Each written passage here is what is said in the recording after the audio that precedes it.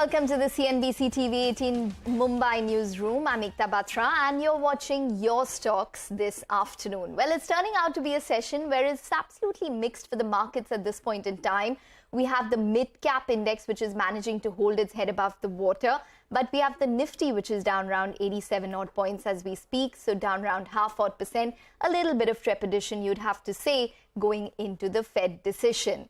But joining us this afternoon, we have Sharad Avasthi, who's the head of PCG Research, to share his fundamental view on a whole host of stocks.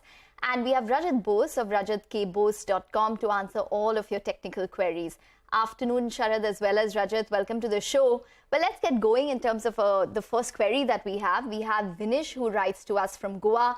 He holds 67 shares of Tech Mahindra, which he's bought at 1132. So he's making a bit of a loss there. Medium-term investor. He can hold these shares for up to 3 years and wants to know whether to hold or to exit at current levels. Sharad, I'll start with you. It's a 3-year horizon, but nobody really knew what was happening, that IT would face the headwinds that it has faced, or the notional headwinds, at least from artificial intelligence at this point in time. So from a 3-year horizon, what would your view be on TechM and what would you advise this investor? Yeah, I think you should continue to hold. The stock has corrected a bit and has recovered a bit also over the last 2-3 days. I think most of the nervousness regarding the sentiment around IT after the Infosys results has more or less been absorbed now. And the BFSI weakness that we expect to see should least affect Tech Mahindra because they are more on the communication side. And with the advent of 5G and as user cases are developed on metaverse, and most of the Indian companies now are moving at par with their international peers in terms of their consultancy future as well. I think from there also a lot of improvements can come in over the next 3 to 4 years. And especially 5G and as the user cases are developed and metaverse is developed, I think there is a lot of scope for these companies. And the expectation that most probably these companies would go back to pre-COVID levels kind of growth is a bit exaggerated. I think they would grow at much better rates, say around anything between 18 to 20%. Tech Mahindra also, we expect a similar CAGR over the next 2-3 years. The new management induction that has happened from Infosys should also aid in bigger deal wins because Tech Mahindra is comparatively a much smaller entity to Infosys. So I think they would have larger deal wins also. So positive news flow in the future should be there for Tech Mahindra. We are expecting FY25 earnings to be somewhere around 74 rupees, and I think it should easily trade at somewhere around 20 times. So considering that, I think 1400, 1450, 1500 is a fair value for the stock. Okay, all right. So a bit of a bullish call coming in from TechM. But Rajat, what would your view be? 3-year horizon for a stock such as TechM? Well, because the investor is having a 3-year horizon, so I would recount a bit of a history. That is, from the low of 2020, that was 485, and it went up to something like 1850 or so. That was last year, I think. It was 27 December 2021, around that time that 1838 was reached. After that, it has come down by about 61% or 62%. That is the Fibonacci level. And over the last few months, or rather say about a year or so, it has been trading between the 50% retracement and the 62% retracement. And now it is on the lower end. I mean, if it were to fall below, say, the 1000 mark, then it would become weak and it can go further down. On the upside, I would say if it were to manage to take out 1150 and sustain thereabout, then you can expect higher levels. But till such time, either the 1000 mark is broken or 1150 is taken out, it will remain a range-bound counter. But since he is a long-term investor, let him continue with it, but keep a stop loss below 1000. Okay, a stop loss below 1000. So that's the word coming in on TechM. Let's get to another query then. We have Mihir Rajaguru, who writes to us about Paytm. He holds 3,000 shares of Paytm, which he's averaged at a price of around 850. He asks what to do with it, whether he should hold or sell at current levels. Rajat, let me come to you first on Paytm. It's given good returns on a year-to-date basis. That stock is up over 20-odd%. What would you recommend, though? Can it get back to those 52-week high levels? What does it look like technically?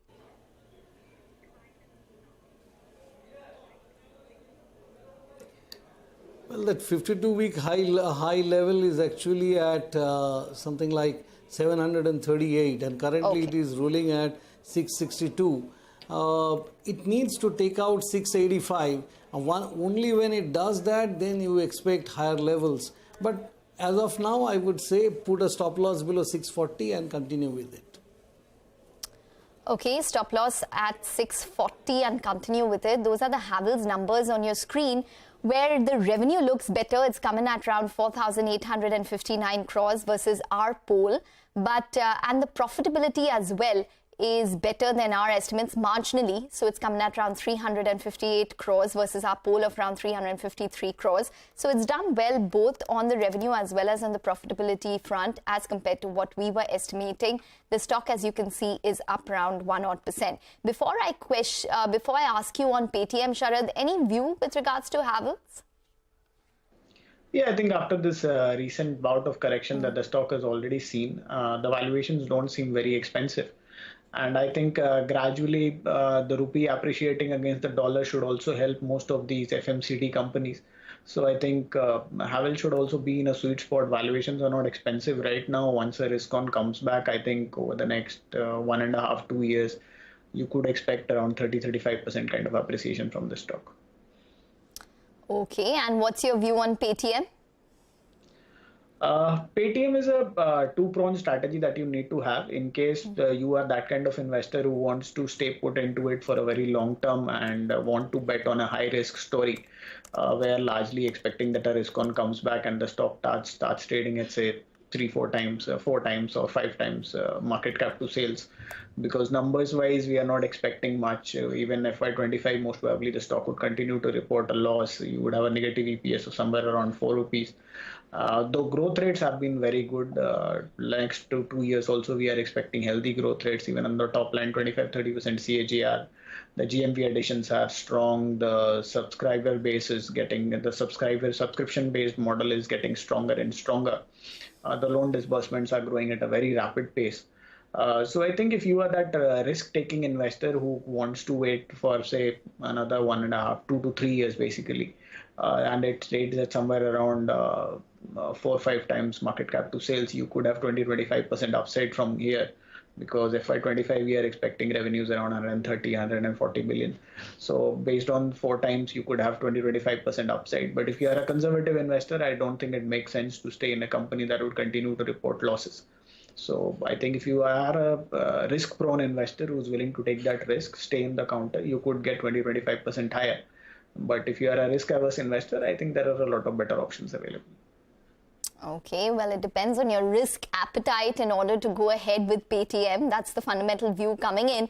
A little more details with regards to Havells. So the revenue growth has been around 9.8% on a year-on-year basis. We were anticipating around an 8% growth. So that has come in better than estimates. Margins were expected to be constant at around 10%. So they've come in at around 10.8%. That's largely in line with estimates. And the profit has come in flat on a year-on-year basis, and the street was estimating a flat performance on the bottom line. So you'd have to say that overall it is largely an in-line set of numbers, at least on the profitability front. The margins have been in line as well, and the revenue is a tad better than what the street was estimating, with a growth of around 10-odd%, and that's probably what is driving the stock higher. The stock up around 2-odd% at this point in time. We'll wait by for the breakup of the wires and the cables switchgear business. Also, the Lloyd's performance as well this quarter, which was expected to improve. But let's move on then. Subha Murli writes to us from Chennai. She holds 20 shares of Infosys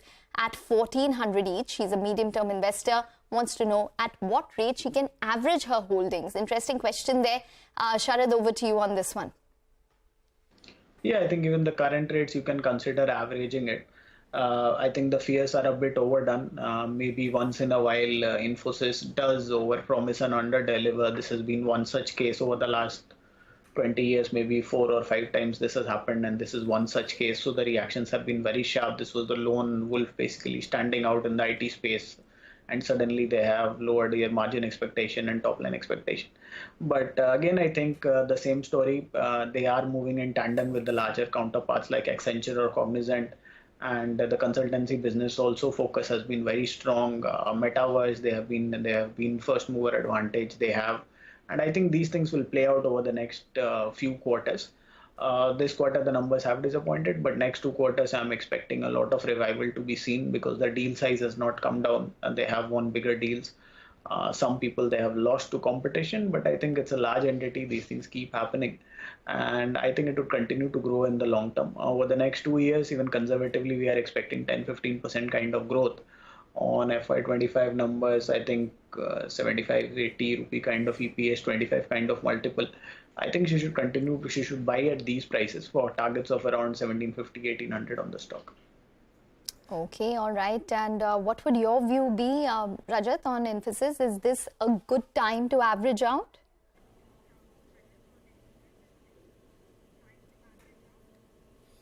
I answered this question, I think, a couple of weeks back also. The same answer suffices. That is, either it takes out its 200-day exponential moving average above 1300. Currently, it is posited at 1305. Because when a stock is below 200-day moving average and it is sustaining there, you need to see whether it gets back to the level of 200-day and stay above that. If it doesn't, then it might actually fall further. So that is one goalpost, is 1305. On the other hand, if it were to start falling, I think you have to watch for the level of 1230. If that gets taken out, then you should not be buying it at all at this point in time, because there could be another 100-point fall from that level, and around that 1130, 1100 level, if that were to come, that would be a very good buy, because a great company, it rejuvenates itself, but it takes time, but it does, and that's why that would be a great opportunity to buy if it were to come to those levels of 1100 or even less. Okay, all right. So that's the call coming in on Infosys. We need to take a short, quick break, but more queries on the other side. Stay tuned. Welcome back. Well, for the markets, it's holding up quite steadily. It hasn't really changed as compared to when we last checked. So 18,000 is currently being held for the Nifty. If you want to talk about a couple of gainers, the likes of Hindustan Unilever is your top gainer on the Nifty. So that stock is up around 1.2%. We have a couple of other FMCG plays which are doing well. So Asian Paints, for example, is up around 0.7%. Maruti Suzuki has seen a good run yesterday as well. And in fact, on a week-to-date basis, it's picked up around 2.7%. So that stock continues to be in focus. A couple of the Adani stocks under pressure. Adani Enterprises, Adani Ports are down in today's trading session. But let's get to another query then. We still have our guests with us to talk about the fundamentals and the technicals of the market. We have Vishal Mohan, who writes to us from Chandigarh. He has an investment query. Considering the volatility in the market, he wants to know whether he can buy shares in Canara Bank at current levels. Sharad, what would you recommend on this, considering that Canara Bank has also been in focus, a lot of the PSU banks, on account of exposure to the likes of Go First? However, if you look at it from, say, in the past 2 years, there's been an improvement which has taken place in the fundamentals. So how would you approach Canara Bank from an investment point of view? Yeah, so I think, as you rightly pointed out, that most PSU banks have seen some improvement. Post the M&A with Syndicate Bank, some of the NPA adjustments has been done. And I think with the current regulatory process, there is very little probability that you would have a jump up in NPAs. Go First is one anomaly, but these things will happen, but it's not a very big part of the total book. And this is the fourth largest bank we are talking about, PSU bank in the country. So I don't think it will be very material. Some tits and bits here and there will keep happening. That's a different deal. But largely the NPA cycle should not be uncontrollable over the next at least 2 to 3 years, because we have not seen much of a growth in the advances as well. For Canara Bank, I think the NPAs are still a bit higher. Around GNPAs are around 5.96%. But most of the provisioning has been done, and once advances growth happen over the next 2.5 years, which should be stronger for Canara Bank given the fact that 48% of the book is corporate loans. So I think growth there should be strong. NPA should not be a problem. But still, the numbers are not the best within the PSU bank. So I think the adjusted price to book that the stock will trade at is somewhere around 0.7 times. So I think 570, 580 would be the FY25 expected book value. So I think we should hold on for a target of somewhere around 700 on the stock. Okay, all right. Rajat, do you think that the likes of Canara have the ability to go to levels of around 600, 700 technically?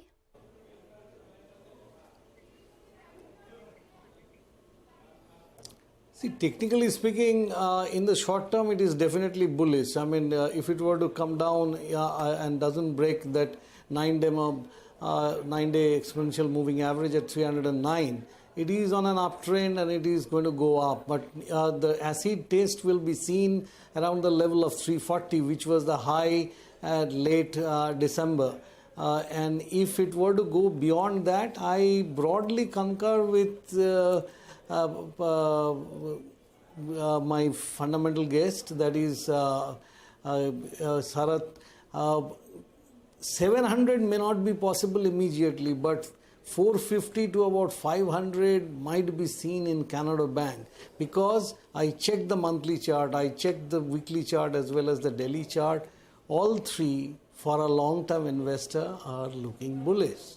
So I'm a bit conservative and I would say 450 to 500 highly possible over a period of say next 2 years to 3 years. Okay, all right. So that's the view coming in on Canara Bank. Let's get to another query. Mohit Mehra writes to us from Delhi. He holds 5,000 shares of KRBL, which he has at an average price of around 235 rupees. He's a long-term investor and wants to know what to do with it, whether or not he should hold on to his positions or sell. So 235 is the average price. If you look at it, the 52-week low for the stock is 196. 52-week high is all the way at around 449. So there has been some amount of a rally which has taken place from the 52-week low, and he's currently making profits as well. Do you think that there's further upside on this stock, Rajat? At least to get to its 52-week high, if nothing?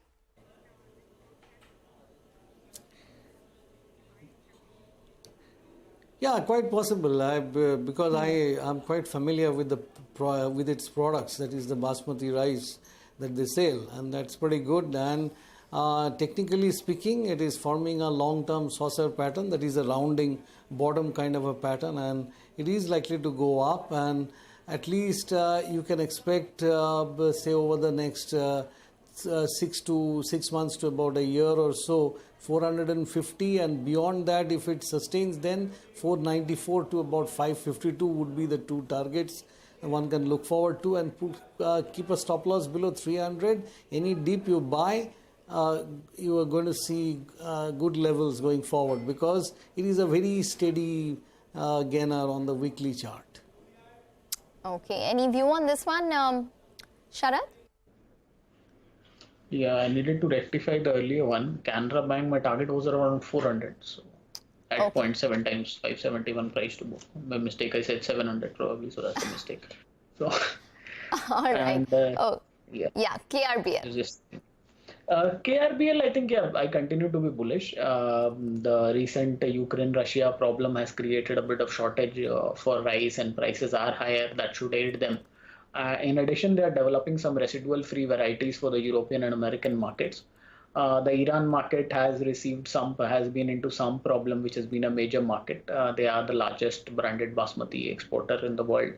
And I think the new seed varieties, the residue-free seed varieties that they have developed for US and Europe, once that starts picking up over the year, and the new plant is to be operational in the current year. So those capacities and this new plant being operational, they would continue to grow at much better rate. Most probably the margin should also see some improvement on the European and US sales.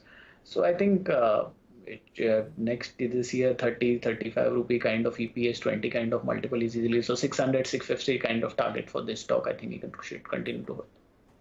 Okay, all right. 600 to 650 is the target on KRBL. Sharad as well as Rajat, thank you very much for joining in and taking us through all of those queries this afternoon on your stocks. Just want to point out Havells is off the day's high, maybe because the details have now started pouring in. Switch gears is one segment that the street would watch quite closely. Revenue is up 27% and margins have improved to 12.4 versus 10.7% as well. But maybe the chink in the armor is the likes of the lighting and fixtures business, where the margins have been lower on a segmental basis, along with the electrical segment also, where the margins have come down to around 15% versus 19.7%. And Lloyd's, while the revenue is up around 32%, there is a loss which has been flat. 23 crores is what they've incurred in terms of a loss. So maybe there is some amount of come off or selling at higher levels on account of the details. But that's all the time that we have on the show. Do stay tuned. We have Closing Bell up next.